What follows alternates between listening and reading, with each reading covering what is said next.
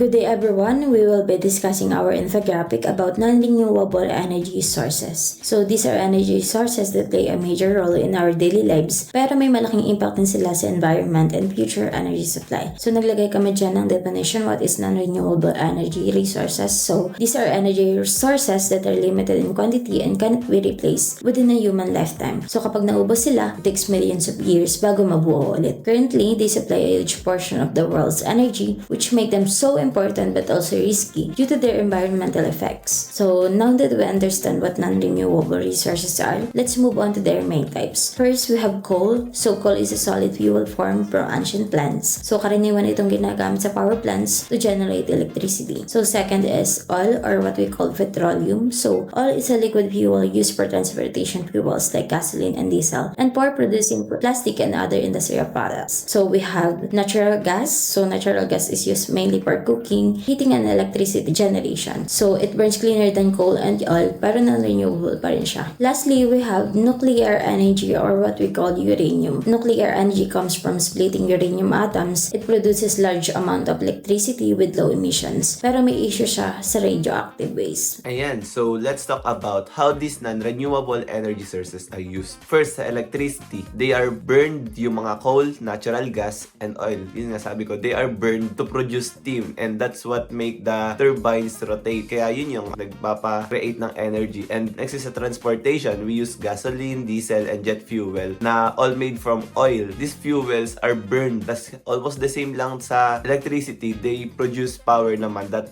makes the vehicle moves. While sa cooking and heating naman, we use kasi almost lahat ng household use LPG or liquefied petroleum gas or natural gas sa cooking. Tapos sa ibang country naman, lalo sa mga cold region, they use coal and kerosene for warmth. Tapos sa factories, they use coal, diesel, and natural gas for running large machine, heating boilers, melting metals, and producing cement, steels, and chemical. Kaya naman, these non-renewable sources are used because they produce much higher temperature sa heat at saka mas reliable nga yung heat niya, and yung heat niya is much needed for manufacturing. Mining for non-renewable energy destroys habitats tsaka yung environment natin. Kaya nga, this non-renewable energy like coal, oil, and natural gas is limited and sobrang harmful sa environment tsaka sa tao. Kasi when we burn these fuels, they release carbon dioxide, smoke, and toxic chemicals that cause air pollution, global warming, and climate change. This problem affect our health, our weather, and food supply, and even yung future ng planet natin. Kaya yung reasons kung bakit natin kailangan gamitin ang renewable energies is they protect the environment, they won't run out, they make energy cheaper in the long run, and they improve health, create green jobs. It gives jobs for everybody, yung safe at hindi tayo ma-expose sa something bad. Tapos, alam nyo ba na China is one of the world largest consumer ng renewable energy kasi sobrang dense or sobrang lawak ng population nila that they rely heavily on coal tsaka sa industrial. While nuclear energy naman is 9% ng global electricity, and this share is slowly rising as more country use yung nuclear energy, but it considered as low carbon and raise concern about radioactive and waste plant safety. So now, we'll discuss the advantages and disadvantages of using non-renewable energy source. There are 6 types of advantages, and the first one is affordable and globally abundant. They are cheap, plentiful, and have a wide-reaching global market. Next is easy to use and store. These fuels are simple to contain and manage in current energy systems. Next is widely available in market. They are easily to bought and sold due to established infrastructure. Next is high energy output. They provide a lot of power from a small amount of materials. Next is compatible with most equipment. Existing power plants and vehicles are built to use them. And the last one is reliable, weather independent. They consistently produce power regardless of the weather. So now, we'll proceed for the disadvantages. First one is it causes pollution. Their use releases contaminants that lower air quality. Next is it produces greenhouse gases. They emit gases that accelerate global climate change. Next one is can damage land and oceans. Construction and drilling harm natural environments. Next is unclear waste. Nuclear power creates highly hazardous waste with no simple disposal solution. And the last one is will eventually run out. As finite resources, they will inevitably be completely used up.